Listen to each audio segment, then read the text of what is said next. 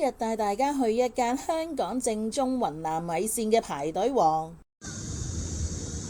大家好，歡迎嚟到陳師奶嘅 channel。我今日咧我就嚟咗咧大圍嘅惠坊咧，去試一間咧喺呢個飯市咧都算係排隊王嘅一間米線鋪，就叫做銀米啊。我喺網上面見到咧，我已經係想試好耐嘅嘢。今日咧就同朋友嚟咗試啦。咁我就嗌咗2個銀米啦，然後再嗌咗2個小食。而家咧就嗌咗2杯茶試下先啦。喂，佢個茶底好唔錯。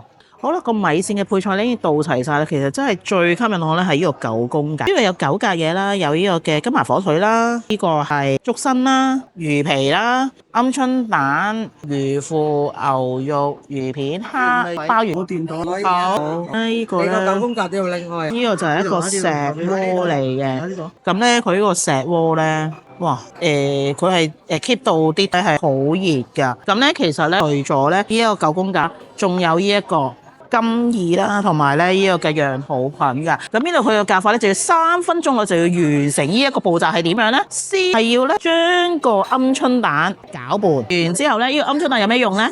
就係將咧呢一啲嘅肉啊，佢嘅分食啦，即係佢嗰啲牛肉啦，嗰啲咧就舐一舐個鵪鶉蛋，就放落去蝦啦，我舐一舐啦。我諗佢主要咧，你舐咗個鵪鶉蛋咧會滑身啲啊。好啦，魚啦，將個魚又再舐啦，舐完晒之後咧就放落去噶。佢呢個咧要先分菜，即係先係肉類啦，然之後咧就落個蔬菜去。咁我就落埋個金華火腿啦，先分後數啊。咁我就落埋咧呢一個嘅竹笙啦。咁之後咧佢有呢一啲榨菜啦、韭菜、葱，佢啲芽菜咧晒啲頭尾啲咁樣噶啦嘅筍啦、腐皮啦、葱啦，幾好喎。譬如有啲咧朋友仔唔中意食葱，就可以自己唔落。然後咧有一個嘅通菜個板，咁咧又再撈勻佢啦。咁之後咧最後就落埋個羊肚菌啦。咁落完晒之後咧就落埋個米線落去。個米線佢就預先煮咗噶啦。哇！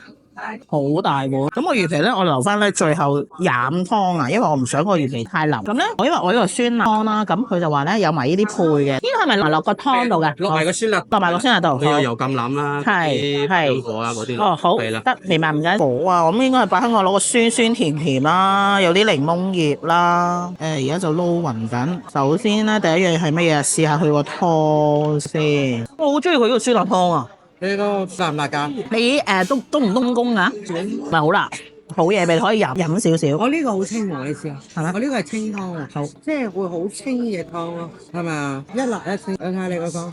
我呢個幾嘢味。呢個酸辣湯咧，我好中意，先啦，好中意。超正個酸辣湯。佢係唔辣，冬陰功係咪？我形容咧，個酸辣嘅湯咧，好似即係冬陰功咁樣。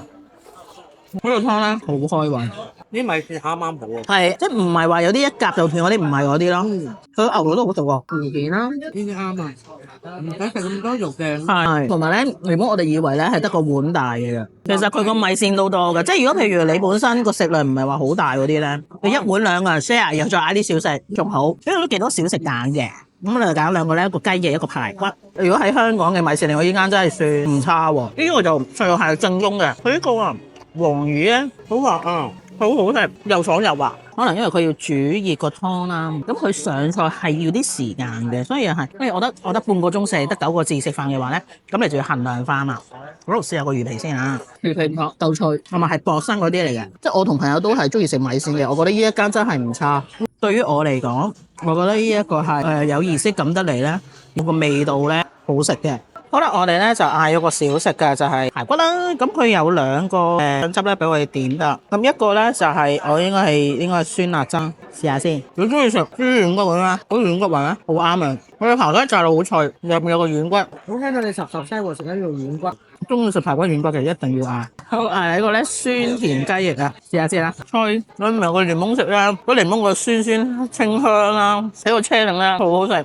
係甜甜嘅青檸，唔澀嘅，一啲都唔澀。連埋個雞翼食咧，個配搭好好，好清新。我覺得我呢2個小食都真係幾唔錯。咁我哋一齊嚟呢度啦。咁我咧如果係米線控嘅，必定要試一下㗎啦，因為真係唔差。但係我會建議可以嗌佢酸辣，因為佢酸辣湯係嘢唔算話好辣，唔辛苦嘅。我諗如果你用10小辣去計啦，咁咧小食好食嘅，兩個少少都好食。最後咧，其實間餐咧佢有一個咧米酒魚線雞，入邊應該咧有啲丸子啦，有啲酒樣啦，我試下先啊，唔錯啊真係。所以咧，大家咧呢個套餐真係好抵嘅，有個米線，仲有個甜品，仲有個嘢飲。咁我咧今日就介紹嚟到呢度噶啦。咁如果大家有啲咩米線鋪咧係好食嘅咧，喺下面留言話俾我聽啦。拜拜。